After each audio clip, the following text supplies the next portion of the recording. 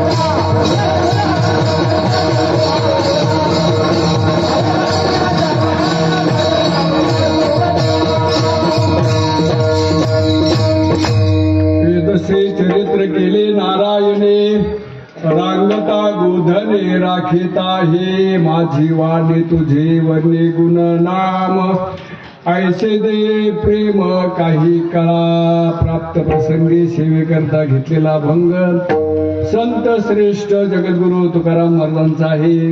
बाळ क्रीडा या प्रकरणामधला अभंग सेवेकरता घेतलेला आहे. ज्या बाळक्रीडा प्रकरणामध्ये जगद्गुरु तुकोबरांनी भगवान श्रीकृष्णाचं अद्भुत अशा प्रकारचं वर्णन केलेलं आहे. कारण सर्वसामान्य चरित्र नाही, भगवान श्रीकृष्णाचं अद्भुत विस्मयकारक अशा प्रकारे काही गोष्टी काही क्रांतिकारकाच्या जीवनामध्ये अशा झालेल्या असतात की त्यावर माणसाचा विश्वास बसत नाही. त्याला अद्भुत चरित्र असं म्हणतात. त्यापैकी भगवान कृष्णाचं आणि दुसरं ज्ञानोबरायांचं अद्भुत चरित्र आहे.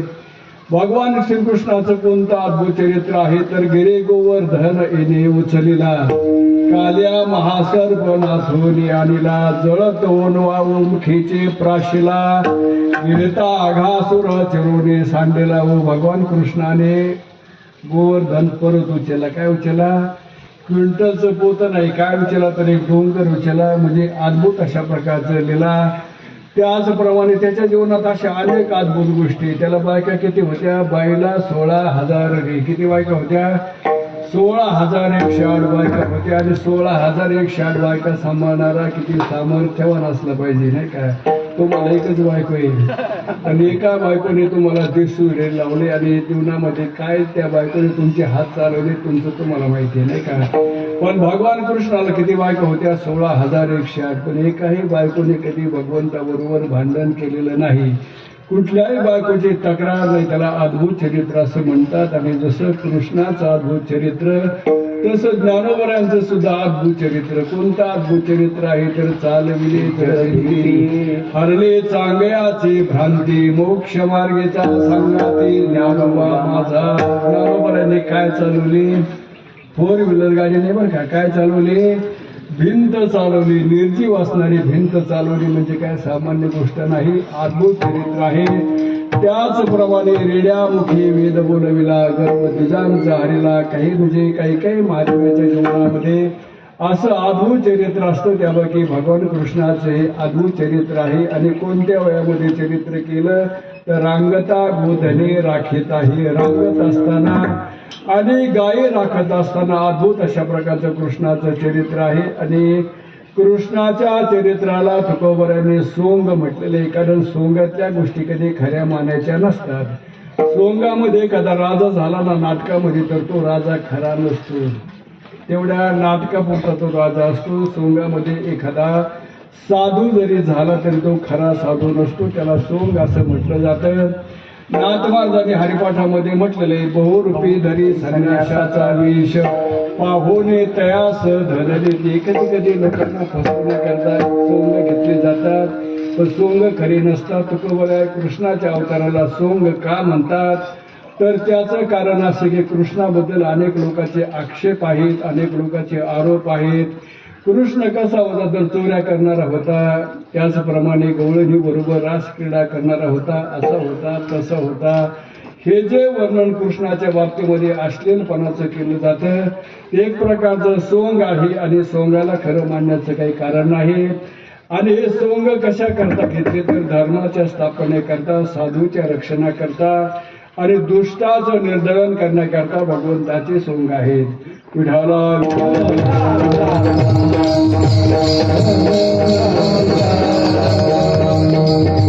जो कालावधी आहे गणेशोत्सवाचा, आपल्या महाराष्ट्रामध्ये या गणेशोत्सवाला विशेष अशा प्रकारचं महत्व आहे. प्रत्येक खेड्यापाड्यामध्ये, गावामध्ये, वस्त्यामध्ये सर्वत्र सध्या गणेशोत्सव चालू आहेत. आणि गणेशोत्सवाला आपण इतर देवतेपेक्षा विशेष महत्व देतो. आणि जे काही गावोगावी अनेक तीर्थक्षेत्रामध्ये ज्या ज्या ठिकाणी भगवान गणेशाचे स्थान असतील, अष्टविनायकाचे स्थान असतील, अनेक प्रकारे गणपतीची मंदिर असतील, त्या त्या ठिकाणी सध्या भव्यदिव्य अशा प्रकारे भगवान गणेशाचा उत्सव चालू आहे.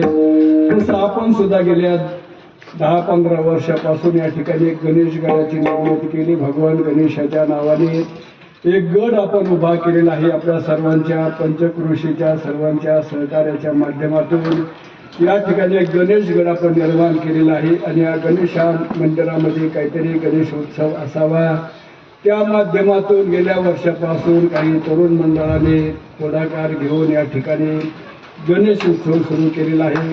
गेल्या वर्षी यावर्षी या गणेशोत्सवाचं दुसरं वर्षी आपण इतरत्र पाहतो. गणेशोत्सवामध्ये कार्यक्रम कसे असतात, कुठले कार्यक्रम केले जातात तर गणेशोत्सव म्हटले की त्या ठिकाणी डीजे लावला जातो, बाया बोलवल्या जातात, नाचणाऱ्या, गाणे म्हणणाऱ्या, त्यांच्या माध्यमातून इतरत्र ठिकाणी गणेशोत्सव साजरा केला जातो. वेगवेगळ्या माध्यमातून, कधी कधी पत्ते खेळण्याच्या माध्यमातून गणेशोत्सव इतरत्र साजरा केला जातो. परंतु या ठिकाणी जो गणेशोत्सव आपण सुरू केलेला आहे त्यामध्ये कुठलेही वेगळं स्वरूप नाही. फक्त संध्याकाळी कीर्तन, हरिपाठ, तुकाराम महाराजांच्या गाथ्याचं पारायण, काकडा वगैरे या माध्यमातून हा गणेशोत्सव सुरू केलेला आहे. त्यामध्ये कुठलाही फालतू कार्यक्रम नाही. आणि अशा म्हणजे याच्यातून हा कार्यक्रम सुरू झालेला आहे. गेल्या वर्षी कार्यक्रमाची सुरुवात झाली, त्या कार्यक्रमाचं वर्ष दुसरं आहे. आणि सप्ताह करायचं म्हटलं किंवा कुठलाही कार्यक्रम करायचं म्हटलं, गावामध्ये कार्यक्रम केला तर ते गावाच्या दृष्टीने छोटा कार्यक्रम असतो, सामान्य कार्यक्रम असतो. म्हणजे एखाद्या गडावर कार्यक्रम करायचं म्हटलं की त्याला एक भव्य स्वरूप येत असतं, नाही का. गडावर कार्यक्रम करायचं म्हटलं तर त्याला एक भव्य अशा प्रकारचं स्वरूप येतं. आणि आपल्या गणेश गडावर जेवढे कार्यक्रम होतात ते महिन्याची वारी असेल, चतुर्थीची किंवा सप्ताह असेल, कुठल्या प्रकारचे कार्यक्रम असेल तर भरपूर अशा प्रकारे जनसमुदाय या ठिकाणी, मला वाटतं आज कालाचे दिवस असल्यामुळे जरा लोकांना काम धंदे असतात. पण रोज जर तुम्ही 10 दिवस जर पाहिलं ना तर 10 दिवस प्रत्येक दिवशी याच्यापेक्षा जास्त लोक जमत होते. कारण सध्या काल आहे, लोकांना कामधंद्याचे दिवस आहे, तर त्यामुळे थोडे रोजच्यापेक्षा थोडे कमी माणसं कालाचे जमले असतील. परंतु भरपूर अशा प्रकारे त्या ठिकाणी भाविक जमतात आणि कीर्तन संपल्यानंतर संध्याकाळी 7 ते 9 कीर्तन असतं आणि कीर्तन झाल्यानंतर अन्नदान करावं लागतं नाही का. त्याकरता आपल्या पंचक्रोशीमध्ये सगळे जे काही गावं असतील, आता सगळ्याचे नाव जर घ्यायला लागलो नाही का, गावचे जर होतलं ना बरं का, काय होईल, घोटा होईल की सगळ्याचे नाव सांगेल ना, पुढच्या दिवशी आम्हाला आपण जात नाही घ्यायचे. त्यापैकी कुठल्याही गावाचं मी त्या ठिकाणी नाव घेऊ शकत नाही. वाचनचा सुद्धा पाठीमागं मी वाचून बघा, कारण मला काय पाठीला डोळे नाही, तर मला काय पाठीमागं पाहता येत नाही. कारण या पंचक्रोशीतील सर्व मंडळी ज्यांचे नाव असते त्या अन्नदानाच्या बाबतीमध्ये त्यांचं तर प्रेम आहे, परंतु ज्यांचे नाव नसते त्यांचे काही कमी प्रेम आहे का, सर्वांचंच तितकंच प्रेम आहे. आणि जी काल्याची पंगत म्हटली जाते ती महत्वाची पंगत असते नाही का. पण रोजच्या पंक्तीपेक्षा काल्याच्या पंक्तीला, रोजच्या कीर्तनापेक्षा काल्याच्या कीर्तनाला आणि रोजच्या पंक्तीपेक्षा काल्याच्या कीर्तनाला आपण विशेष महत्व देत असतो. आणि काल्याची पंगत ही महत्वाची मानली जाते रोजच्या पंगतीपेक्षा. म्हणजे बाकीचे अन्नदान गेलेले कमी दर्जाचे असं मी म्हणत नाही, परंतु काल्याच्या दिवशी जे अन्नदान केलं जातं त्याला विशेष अशा प्रकारचं महत्व असतं. आणि काल्याच्या पंगतीचं आजचं जे अन्नदान आहे बरं का, हा जो काल आहे ना, आणि काल्याच्या पंक्तीचे जे अन्नदान आहे ते आपल्या तालुक्याचे लाडके नेते अनेक वेळा 5-6 वेळाला जे आपल्या आष्टे पाटोदा शिरूर तालुक्याचे आमदार झालेले असणारे आणि आपल्या समोर आता थोड्या वेळापूर्वी या ठिकाणी बसलेले श्री भीमरावजी धोंडे साहेब, हे सुद्धा आजच्या जे काही अन्नदान आहे त्या अन्नदानाचे अन्नदाते आहेत. आणि टाळ्या वाजवल्या धोंडे साहेबाच्या नावाने, पण या आवाजच नाही आला नाही का, असं जोरदार आवाज आला पाहिजे. त्यांची स्तुती करायचं वेगळं कारण आहे की जे या गडावर फार मोठं अशा प्रकारचं प्रेम करतात. कधी कुठला कार्यक्रम असेल आणि धोंडे साहेबाला जर आमंत्रण दिलं ना, तर ते कधी आजपर्यंत या गडाच्या दृष्टीने कुठले आमंत्रण ते आजपर्यंत त्यांनी टाळलेलं नाही. या गडावर प्रेम करतात, माझ्यावर प्रेम करतात, या नागटाळ गावावर प्रेम करतात, या पंचक्रोशीवर प्रेम करणारे आणि सर्वांच्या सुखदुःखामध्ये म्हणजे सहभागी होणाऱ्या अशा धोंडे साहेबाचा स्वभाव आहे. माणुसकी जपणार असं त्यांचं व्यक्तिमत्व आहे. आणि त्यामुळे ते अनेक वेळा आपल्या तालुक्याचे आमदार झालेले आहेत. ते सुद्धा या ठिकाणी अन्नदानही केलेलं आहे आणि आवर्जून कीर्तनाला उपस्थित सुद्धा त्यांची झालेली आहेत. अशा प्रकारे दिव्य आणि त्यांच्याबरोबर अनेक मान्यवर माझ्या समोर बसलेली बरं का, भरपूर असे मान्यवर येतं नाही का. नाव सांगायला लागलं तर काय होईल, कारण एखाद्याचं नाव तरी माझं मुकल्याशिवाय राहणार नाही का. आता सांगून किती आता भरपूर अशा प्रकारचे मान्यवर या ठिकाणी, जरी कोणाचं नाव नाही घेतलं, कोणाचंच घेत नाही, भीमराव धोंडे साहेबाच्या नावात सगळ्याचे नाव आल्याचे तुम्ही समजून घ्यायचं. आणि या ठिकाणी सप्ताह करायचं म्हटलं किंवा कीर्तन भजन करायचं म्हटलं की गुणवान मंडळीची गरज असते नाही का. पक्वाजे उत्तम वाजणारे लागतात, त्याचप्रमाणे उत्तम अशा प्रकारचे गुण गाणारे आणि चांगल्या दर्जाचे गाणारे जर असले ना, तर त्या कार्यक्रमाला विशेष अशा प्रकारचं स्वरूप प्राप्त होत असतं. आणि आताच आपण चाल ऐकली, 5 मिनिटापूर्वी आपण आता चाल ऐकली ना, त्या चाल म्हणणाराचं त्या गाणाऱ्याचं वर्णन मी काय करावं. कारण गायन क्षेत्रामध्ये, भजन क्षेत्रामध्ये ज्यांनी संपूर्ण महाराष्ट्रभर नाव कमवलेलं आहे, संपूर्ण महाराष्ट्र ज्यांना ओळखतो असे श्री हरिभक्तपरायण संजय महाराज देवकर या कार्यक्रमाला हजर आहेत, आताही हजर आहेत. आणि आपला नारळी सप्ताह कुठेही असला ना, तर संजय महाराज देवकर आवर्जून त्या कार्यक्रमाला उपस्थित असतात. असे हरिभक्तपरायण संजय महाराज देवकर या ठिकाणी आलेले आहेत. त्याचप्रमाणे ज्यांना भजन क्षेत्रामध्ये, ज्यांना भजन सम्राट ही पदवी प्राप्त झालेली आहे, असे भजन सम्राट असणारे हरिभक्तपरायण बळीराम महाराज यादव गेवराईकर हे सुद्धा या कार्यक्रमाला हजर आहे. आणि मृदुंग क्षेत्रामध्ये, पखवाज क्षेत्रामध्ये जे पखवाजी आपल्याला समोर 2 जण दिसत आहेत, त्यामध्ये आपल्या कुठल्याही कार्यक्रमाला, वारीला, नारळ सप्ताहामध्ये जे नेहमी हजर असतात, महिन्याच्या चतुर्थीच्या वारीला सुद्धा जे आवर्जून उपस्थित राहत असतात, ते हरिभक्तपरायण आप्पासाहेब महाराज कुठळे. कुठल्याही गडाचा कार्यक्रम असला की न चुकता ते या ठिकाणी येतात. आणि दुसरे मृदुंगाचार्य, त्यांना सुद्धा संपूर्ण महाराष्ट्र चांगल्या प्रकारचा ओळखतो. दोघेही येते, त्यामध्ये कोणता मोठा आणि कोणता छोटा नाही काय. त्यामध्ये दत्ता महाराज सटले मोठे आहेत का, आप्पा महाराज कोठवळे मोठे मला सांगता येते, कारण ज्यांना पखवाज वाजवत होते ते सांगते नाही का. दोघांच्या तुलनेमध्ये कोण मोठं आहे, पण माझ्या दृष्टीने दोघे मोठेच आहेत. माझ्या दृष्टीने आणि असे हरिभक्त परायण दत्ता महाराज सटले, त्यांना सुद्धा फार मोठं म्हणजे पक्वक क्षेत्राचं ज्ञान आहे. संपूर्ण महाराष्ट्रभर त्यांचे कार्यक्रम होतात. असे सर्व गुणवान मंडळींनी बाकीचे सर्व टाळकरी सुद्धा फार महत्वाचे आहेत. आता सगळ्याचे काय नाव घेत नाही, कारण काय होईल सगळ्याचं नाव घेता घेता एखाद्याचं हुकलं त्याला त्याची मला जास्त भीती वाटते बरं का. नावं घ्यायला लागलं नाही एखाद्याचं हुकलं नव्हतं, तू सगळ्याचे घेतले मग मी काय इथे काही गडावर प्रेम नाही करीत का, सगळेच प्रेम करणारे आहेत. आणि सर्वांना धन्यवाद देतो. आणि या ठिकाणी आज काल्याचं कीर्तन आहे आणि कीर्तन काय जास्त नाही करायचं बरं का, कारण सकाळीच 10 वाजल्यापासूनच चालू होतं कीर्तन. कधी सुरू करता, किती कीर्तन सुरू करता, कीर्तन लवकर सुरू करा. पण मी म्हटलं जर सकाळी 9लाच तुम्ही कीर्तन सुरू केलं तर 11 वाजता संपून जाईल आणि धोंडे साहेब जरा उशीर येतील, कारण त्यांना आज महत्वाचं स्थान आहे. का महत्वाचं तर ते अन्नदाते आहेत, म्हणजे ते आज त्या कार्यक्रमाचे अन्नदाते असल्यामुळं धोंडे साहेबांना विचारून घ्यायचे किती वाजता येते, तर ते म्हटले 12च्या दरम्यान येणार आहेत. मग आता कीर्तन 2 तास करायचं काय, म्हणजे 10-20 मिनिटं करायचं काय, कीर्तनचं कीर्तन असतं नाही का. लय मोठं सांगितलं म्हणजे नेहमीच तुम्ही आता कीर्तन ऐकले, एक होणे बळी रे. महाराष्ट्रभर जे गाजलेले कीर्तनकार 10 दिवस तुम्ही त्यांचे कीर्तन ऐकले नाही का. पहिल्या दिवशी हरिभक्त परायण किशोर महाराज खाडी हातुलेकर, म्हणजे युवा कीर्तनकार ज्यांना जे यूट्यूबवर म्हणा किंवा ZTVच्या माध्यमातून टीव्हीवर सुद्धा त्यांचे कीर्तन होतात, त्यांच्याच कीर्तनाने या सप्ताहाची या कार्यक्रमाची सुरुवात झाली.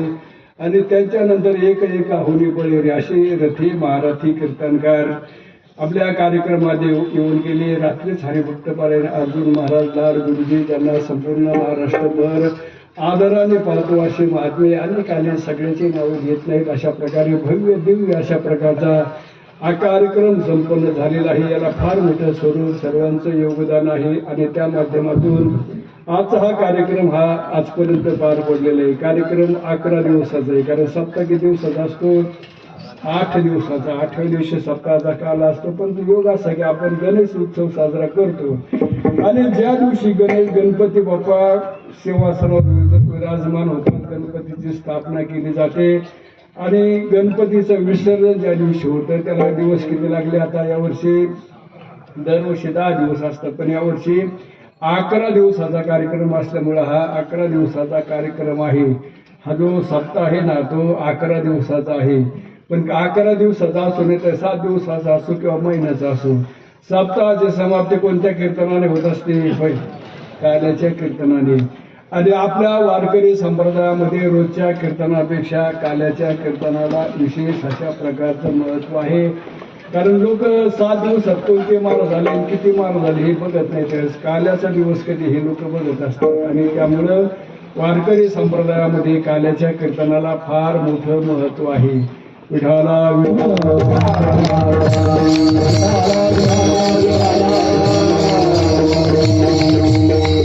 ज्ञानोबरायांनी म्हटलेले, देवळाच्या कामा कळसू परम गंगेशी सिंधू प्रवेशू का सुवर्ण सिद्धी कसू 16वा जैसा. ज्ञानोबरा सांगतात एखाद्या मंदिराचं बांधकाम जे केलं जातं ते मंदिराच्या कामाची समाप्ती कधी होते तर त्या दिवशी मंदिरावर कळस बसवला जातो. कळस बसवला की मंदिराच्या कामाची काय होत असते, समाप्ती होत असते. किंवा गंगा समुद्रामध्ये प्रवेश केल्याबरोबर गंगेची सुद्धा काय होत असते, समाप्ती होत असते. विठाला विठाला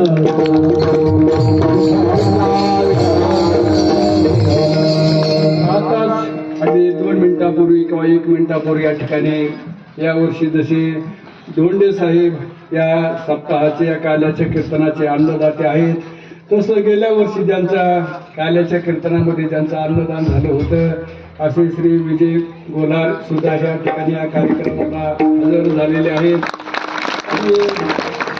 हा कार्यक्रम या ठिकाणी आपल्याला काल्याचं कीर्तन या ठिकाणी थोडक्यामध्ये आपल्याला सांगायचं आहे. काल्याचं कीर्तन आणि रोजच्या कीर्तनामध्ये फरक असतो. रोजचं कीर्तन वेगळं, काल्याचं कीर्तन वेगळं. आणि कुठल्याही मंदिरामध्ये आपण जर काल्याचं कीर्तन केलं ना, मग ते कृष्णाच्या मंदिरामध्ये असेल, पांडुरंगाच्या मंदिरामध्ये असेल, भगवान कृष्णाच्या मंदिरामध्ये असेल किंवा भगवान गणेशाच्या मंदिरामध्ये कीर्तन असेल, परंतु काल्याच्या दिवशी इतर देवाचं चरित्र सांगितलं जात नाही. काल्याच्या दिवशी फक्त भगवान कृष्णाचं चरित्र सांगायचं असतं. आणि काल्याच्या दिवसाला फक्त कृष्णाचं चरित्र सांगायचं बरं का, तसं वागायचं नाही बरं का. चरित्र ते चरित्र ते उच्चारा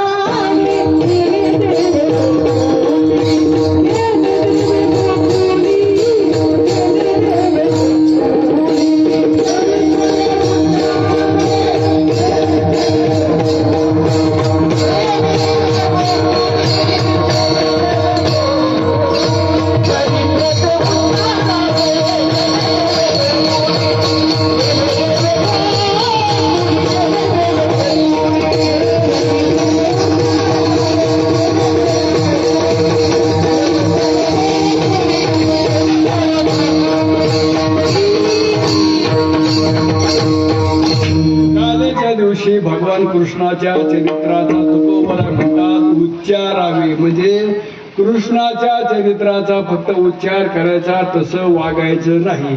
तुकोबरा म्हणतात ना, चरित्र ते उच्चारावे, आचरावे असं तुकोबराने म्हटलेलं नाही. कृष्णासारखं वागण्याचा कोणी प्रयत्न करायचा नाही. वागायचं म्हटलं तर जमणार नाही बरं का. मोठ्याची बरोबरी करण्याचा कोणी प्रयत्न करू नये. मोठ्याचा आदर्श घ्यावा, परंतु मोठ्याची बरोबरी करण्याचा प्रयत्न करू नये. किती आव्हान तर आपण तितकं मोठे कधी होऊ शकत नाही. किती वैराग्याचं आव्हान आपण होय, किती एखाद्याने वैराग्याचा आव्हानला, तरी वैराग्य म्हटलं ना आपल्या बीड जिल्ह्यामध्ये, नगर जिल्ह्यामध्ये वैराग्यवान साधू म्हणून कोणाकडे पाहिलं जातं? संत वामन भाऊकडे पाहिलं जातं. आणि त्यांची बरोबरी करण्याचा किती माणसाने प्रयत्न केला तरी त्यांची बरोबरी आपण करू शकत नाही. किंवा ऐश्वर संपन्न संत म्हटलं तर थोडं थांबा तुम्ही, नंतर सांगतो तुम्हाला कधी बोलायचं. विठाला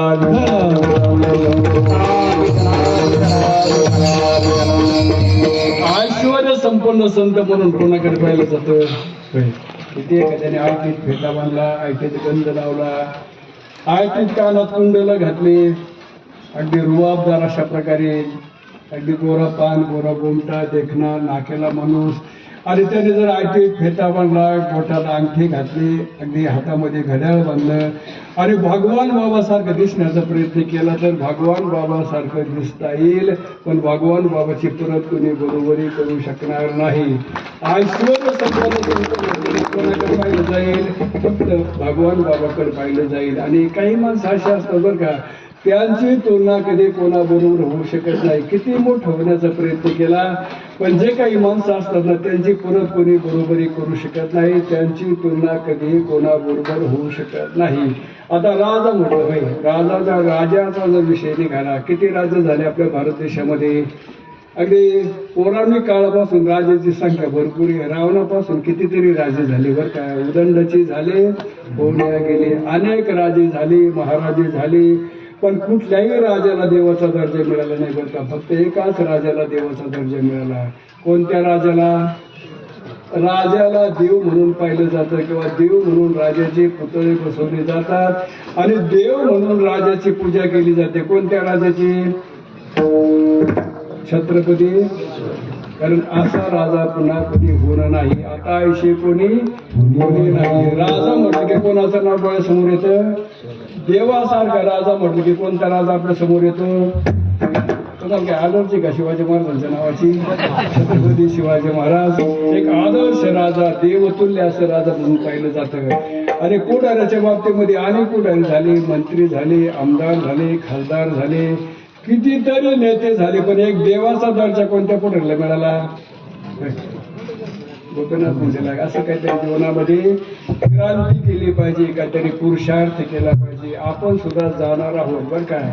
आपण काही दरा न करताना आलो, आपण सुद्धा जाणार आहोत, पण असं जीवन जगलं पाहिजे माणसाने की आपण गेल्यानंतर आपल्याला सुद्धा पाठीमागच्या लोकांनी देवाचा दर्जा दिला पाहिजे. असं माणसाला मोठं जीवन करता येतं, सामर्थ्यवान जीवन करता येतं. असं सामर्थ्यवान जीवन बनवणं यालाच खऱ्या अर्थाने काल म्हणतात. आपण स्वतः देव होणं बरं का. देव पहावे अशी गेलो, येथे देवाची होणी ठेलो. आपण देवा इतकं मोठं होणं ना, यालाच खऱ्या अर्थाने काला असं म्हटलं जातं. काला म्हणजे दोन पदार्थ एकत्र करणं बरं का. दोन पदार्थ एकत्र आले की त्याचं काय होत असतो? काला. दही आणि लाही एकत्र केली की त्याचं काय होतं? काला. तसं आपल्या जीवनातला काला कोणता आहे तर आपण आहोत जीव बरं का. अमक्या गावचे, अमक्या जातीचे, अमक्या धर्माचे, आमच्या संप्रदायाचे आपण एक जीव आहोत, पण ही जीवदशा संपून आपण स्वतः देव होणं हा जीवनाचा आपल्या जीवनाचा काल आहे. विठाला काही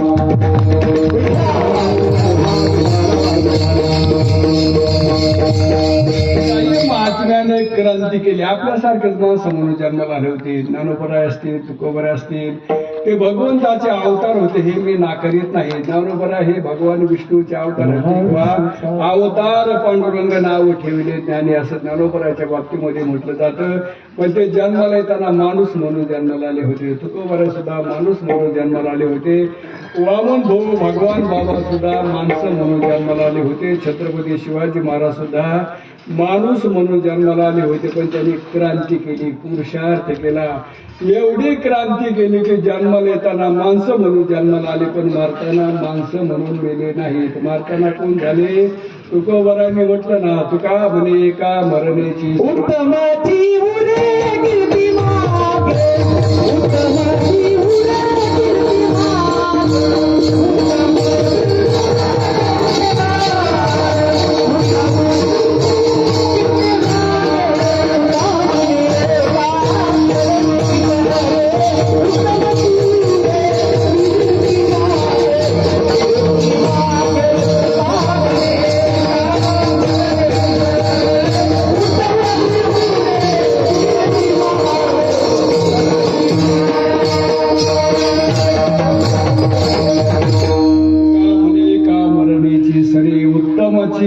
कीर्ती मागे माणसाने क्रांती केली तर आपण सुद्धा आपण गेल्यानंतर आपलं नाव पाठीमागं राहिल्याशिवाय राहणार नाही. ते म्हणाल महाराज आम्ही तर संसारिक माणसं येतं, आम्हाला प्रपंच आहे, बायका मुलं आहेत, आमचं कशाचं नाव पाठीमागं राहील. तर तसं डोक्यात आणू नका बरं का.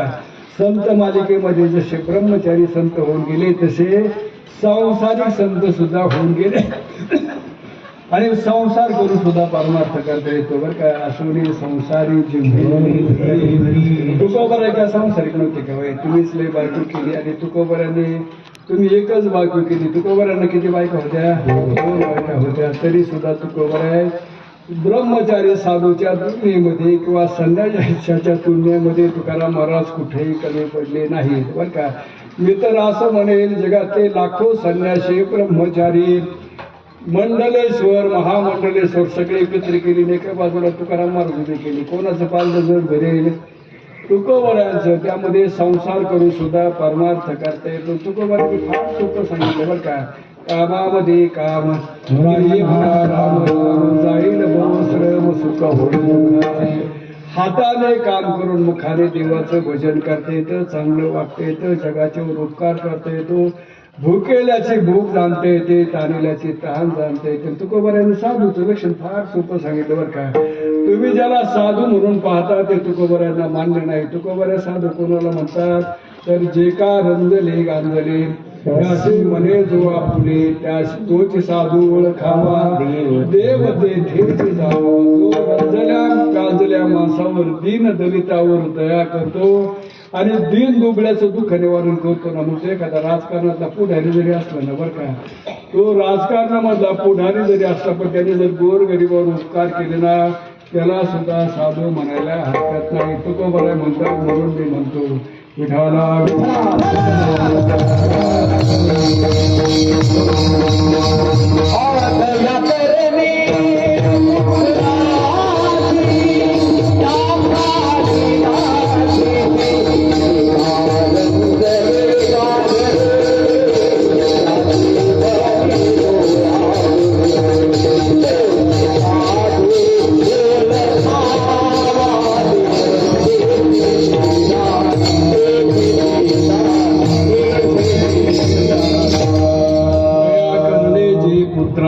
तेची दास आणि दासी सर्वांवर सारखं प्रेम करतो. प्रेम करताना तो आपलं तुकलं बघत नाही. आपला आपल्या जातीचा तो त्या जातीचा असं खरा साधू बघत नाही बरं का. खरा साधू आता अलीकडे साधू कसे तर काय ते मला भानगड पडायचं नाही. आपलं तुकलं बघणारी. तुम्ही जर या गणेशगडावर या जेवढी काही या समाज या ठिकाणी जमलेलं आहे त्याचं जर वर्गीकरण केलं ना बरं का, कोण कोणत्या जातीचं आहे, कोण कुठला आहे, कोण कोणत्या गावचा, असं जर वर्गीकरण केलं ना तर या ठिकाणी तुम्हाला सर्व जातीचे माणसं या ठिकाणी तुम्हाला पाहायला मिळते बरं का. जितके तुम्हाला वंजनी बघायला मिळते ना तेवढेच मराठी या ठिकाणी तुम्हाला बघायला मिळतील. तितकेच गुजर समाजाचे लोक, तितकेच लमानाचे लोक, सर्व जातीचे हरिजन असू द्या, मुसलमान सुद्धा या ठिकाणी आलेले बरं का. काही काही मुसलमान सुद्धा या गडाच्या वारीला येतात. असं सर्व जाती धर्मावर यारी यारी लहान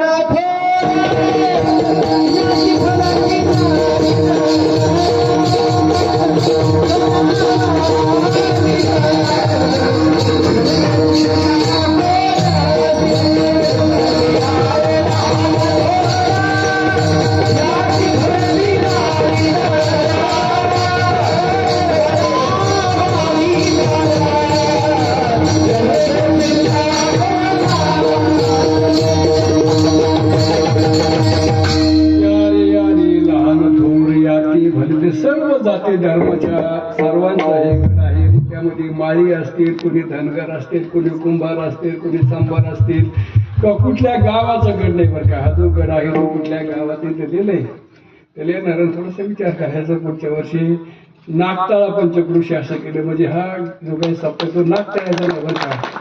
इथं नागतळाचं का झालं त्या नागतळ्यातून बाहेर यावं लागलं मला. अजूनही नागतळ्याचं पोळ काय का तुम्हाला कारण गणेशगड पंचक्रोशी असं यायला पाहिजे नाही का. गणेशगड पंचक्रोशी तुम्ही बघा ते गैनाथ गड ना, गैनाथ गड 8 ठिकाण पुठा म्हणतात का, चिंचोली 8 ठिकाण पुठा म्हणतात होय. मंडळाला विचारतो चिंचोली 8 ठिकाण पुठा म्हणतात का गैनाथ गड होय. गैनाथ गड तसं आपलं काय लिहायचं लक्षात येईल का. गणेशगड पंचक्रोशी म्हणजे कुठल्या गावाचा नाही. नागतळा पंचक्रोशी म्हटलं की नागतळ्याचं गड नाही का असं त्याचा अर्थ होतो. कुठल्या गावाचा नाही, कुठल्या धर्माचा नाही, कुठल्या जातीचा नाही, सर्वांना सामावून घेणारा हा गड आहे. या ठिकाणी जाती पातीचं आम्हाला काय कोणाची सोयरीक नाही करायची होय. ज्याला सोयरी करायची त्याला जातीचं फळक असतं. काय करायचं कुठल्या जातीचं धर्माचं कुठल्या गावाचं काही गरज नाही. सर्वांना सामावून घेणारा असा हा गणेशगड आहे. भाऊ बाबाच्या नंतर एक आदर ठेवला जाणार अशा प्रकारचा हा गणेशगड आहे.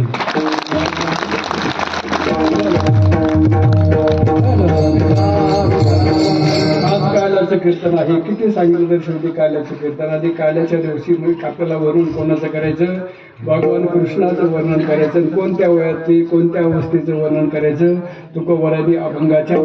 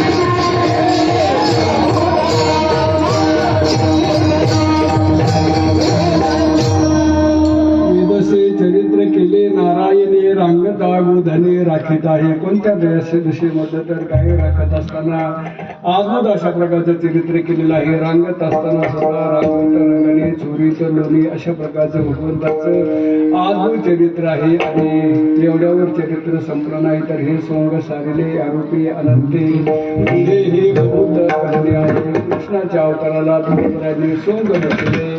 कारण कृष्णाबद्दल काही लोकांचे बरेच आरोप येते आणि काही लोक बरेच तक्रारी करतात. कृष्ण असा होता, कृष्ण तसा होता, तो गवळणी बरोबर रास क्रीडा करायचा, फुगड्या खेळायचा, धिंगाणा घालायचा, तो अश्लील होता, पांचट होता, असं कृष्णाचं वर्णन करतात. आणि संतांचे जे अभंग आहेत ना गवळणीचे, त्या गवळणी पण अभंगामध्ये शृंगार रसाचं वर्णन केले. आणि त्या अभंगाला बरीच लोक निवबरायचे गवळणीचे अभंग येतं, नाथांचे गवळणीचे अभंग येतं.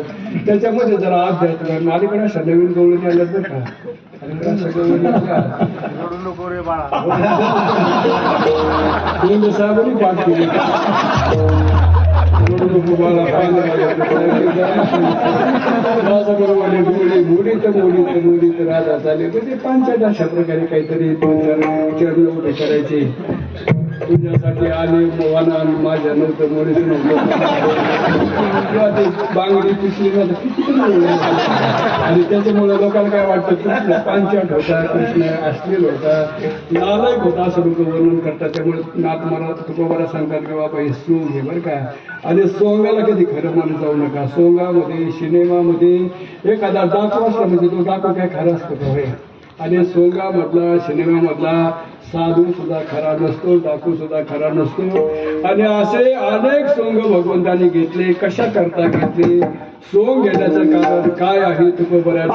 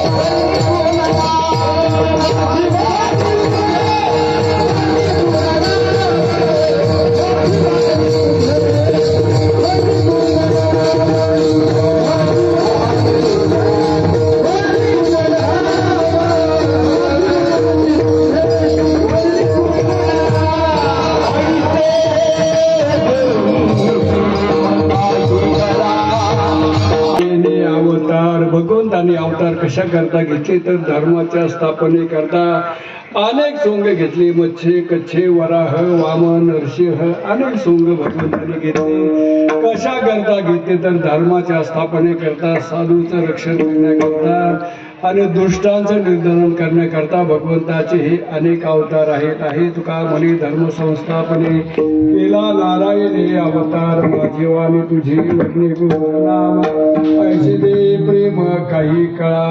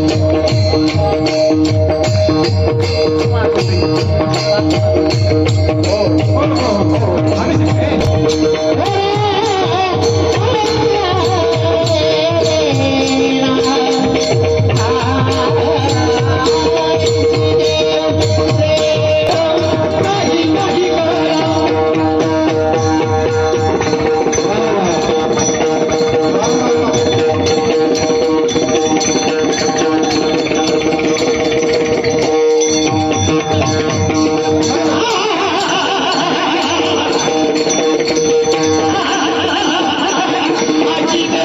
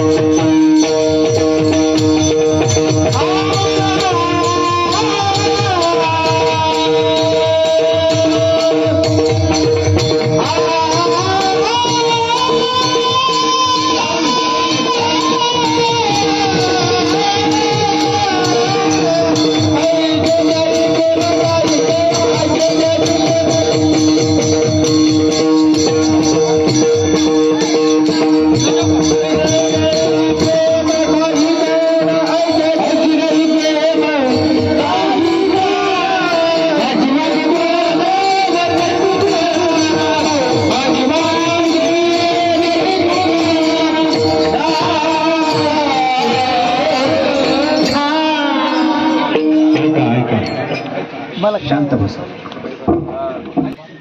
या गणेश गडाचे महंत काशीनाथ महाराज यांचा सन्मान आजच्या या